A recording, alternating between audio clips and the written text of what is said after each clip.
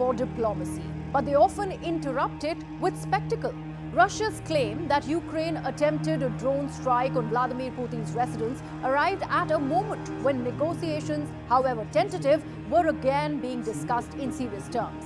The allegation was dramatic, the imagery potent, and the symbolism unmistakable. The war, Moscow implied, had crossed a personal red line. В ночь с 28 на 29 декабря 2025 года киевский режим предпринял террористическую атаку с использованием 91 ударного беспилотного летательного аппарата дальнего действия на государственную резиденцию президента Российской Федерации в Новгородской области. Все беспилотные летательные аппараты уничтожены средствами противовоздушной обороны Вооруженных сил Российской Федерации. Данных о пострадавших и ущербе от обломков БПЛА не поступало. Обращаем внимание на то, что данная акция была совершена в ходе интенсивных переговоров между Россией и США по урегулированию украинского конфликта. Ukraine's response was swift and categorical, flat denial, framed as political theater rather than military fact. Kiev dismissed the accusation as fabrication, a maneuver designed less to describe reality than to shape it. What matters here is not merely whether the claim is true. No independent evidence has been produced, but why it was made, when it was made. Що це дійсно загроза. In geopolitics, timing is rarely incidental. Accusations can function as weapons of narrative deployed to harden domestic opinion, justify escalation, or reprise familiar themes of victimhood. If diplomacy is fragile glass, then such claims, unverified yet explosive, are stones thrown with practiced precision. Both Russia and Ukraine understand that modern war is fought not only with artillery and drones, but with stories. For Moscow, portraying the Kremlin or the president's residence as a target reinforces a familiar frame. Russia as the besieged fortress acting defensively against an implacable enemy and its Western backers. This framing plays well domestically and complicates Western support for Kiev by introducing the specter of provocation. For Kiev, denial is not merely tactical, it is existential. Ukraine has carefully calibrated its messaging to reassure allies that it seeks defense and restoration, not symbolic humiliation of Russia's leadership that could trigger uncontrolled escalation. To accept responsibility, even hypothetically, would risk eroding the moral clarity on which Western backing depends. Thus, the dispute is less about airspace than about authorship of meaning. Each side is writing toward a different audience, with different fears and different thresholds for compromise. Against this backdrop came another announcement, quieter but no less consequential. The United States, according to Kiev, has offered Ukraine a 15-year security guarantee as part of a broader peace framework. On paper, this sounds substantial. In reality, it exposes the ambiguity at the heart of Western strategy. 15 years is long in electoral cycles, short in geopolitical memory. It is not NATO membership. It is not a treaty ratified by Congress. It is a pledge shaped by the present administration's priorities, vulnerable to the next election, the next crisis, the next recalibration of global attention. Ukraine's reaction, gratitude tempered with dissatisfaction, reveals a hard-earned lesson. Security that expires is not security, but postponement. Kiev has lived through guarantees before, most notably in the 1990s, when assurances proved insufficient against tanks. From Washington's perspective, the offer reflects caution. The United States seeks to deter renewed aggression without binding itself irrevocably to a future war. It wants leverage without entanglement, reassurance without automaticity. This is realism, not betrayal, but realism has consequences. I heard about it this morning. You know who told me about it? President Putin told me about it. Early in the morning, he said he was attacked. That's no good. It's no good. Don't forget, the Tomahawks. I stopped the Tomahawks. I didn't want that. Because we're talking about, it's a delicate period of time.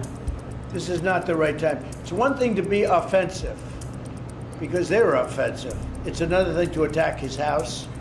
It's not the right time to do any of that, and can't do it. And I learned about it from President Putin today. I was very angry about it. No discussion of US policy toward Ukraine in late 2025 can omit the curious case of the Tomahawk missiles. Earlier this year, there was public speculation about the possibility that the United States might deliver long-range Tomahawk cruise missiles to Kiev, lofty weapons that would allow Ukraine to strike deep into Russian territory and which Moscow consistently warned were a red line. Yet in the midst of the current peace push, the US President Donald Trump has explicitly distanced his administration from such a transfer. He told reporters that he had blocked the delivery of Tomahawk missiles to Ukraine, framing it as a calculated restraint during a delicate period in negotiations and signaling that now was not the right time to arm Kiev with that capability. To Russian ears, this is a potent admission. The very leader mediating peace talks has reaffirmed limits on Ukraine's access to long-range weapons.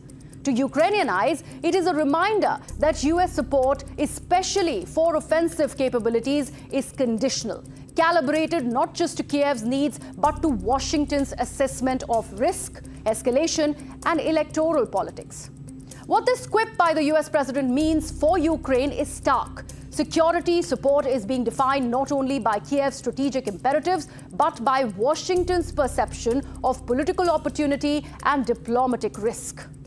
In the optics of peace negotiations, Trump's Tomahawk line suggests a ceiling on American commitment that may be lower than Ukraine had hoped, even as it seeks binding guarantees on its own future. If Ukraine fears the limits of guarantees and the reluctance on advanced weapons, Russia is betting on them. Moscow's long game has always been temporal. Sanctions, fatigue, political turnover in the West, shifting global crisis, time, Russian strategists believe eventually favors endurance over idealism. A 15-year horizon is not a deterrent if one expects the guarantor's resolve to weaken long before the deadline. From this vantage point, allegations like drone claim serve a dual purpose. They justify continued military posture while reinforcing the argument that Ukraine is an unreliable partner for peace. The message is subtle but clear. This is not a conflict that can be frozen neatly with signatures and sunset clauses. What then is on offer? Not peace as resolution, but peace as management. Not victory, but suspension. Not trust, but conditional restraint. Ukraine seeks permanence in a world offering provisional commitments. The United States seeks stability without obligation. Russia seeks recognition without retreat. Each position is internally coherent and collectively incompatible. The danger lies not in negotiations failing, but in succeeding ambiguously, producing agreements that postpone rather than prevent the next confrontation, while allowing all sides to declare partial success.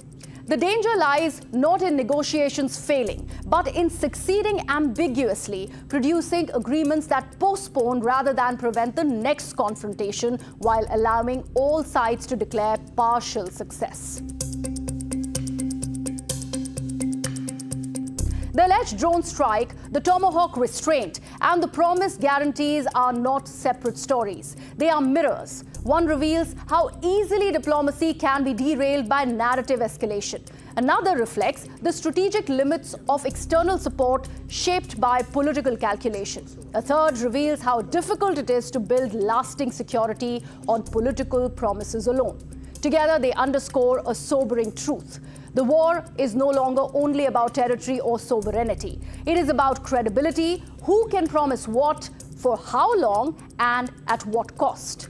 Until those questions are answered with clarity rather than choreography, peace will remain what it has been for much of this conflict, visible on the horizon, shimmering, and just out of reach.